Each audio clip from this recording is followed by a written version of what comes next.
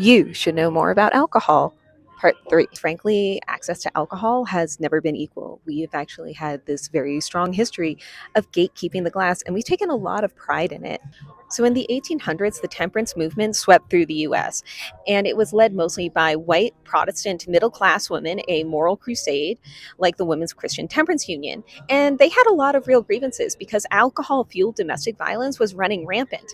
Have a tale of two Francises presented by a Francis.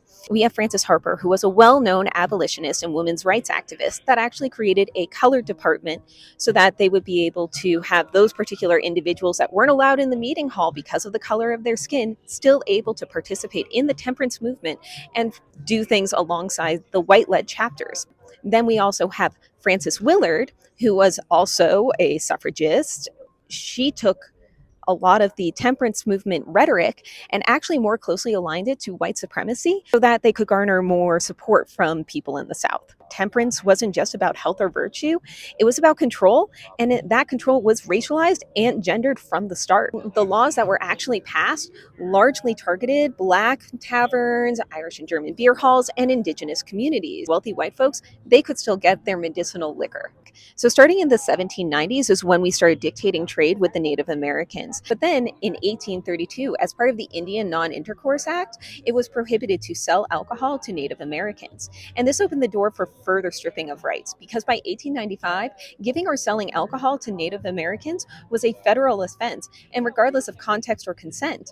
And this stripped ceremonial and social autonomy and criminalized Native American identity. It wasn't until 1953 that tribes could begin deciding their own alcohol laws, and some of them have still elected to stay dry, whether it's for sovereignty, cultural, or health reasons.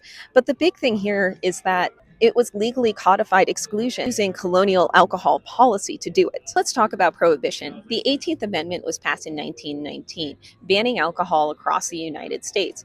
And this resulted in speakeasies, bathtub gin, jazz, the Flapper Rebellion. Enforcement fell hardest on poor Black, immigrant, and Indigenous folks to deal with liquor raids that were harsh, punishing, and a lot of people got arrested. However, if you were white, chances are you could find a place to sip a little something something without having to deal with the repercussions. Fast forward to today, and we have craft breweries, swanky tap rooms, curated cocktail bars.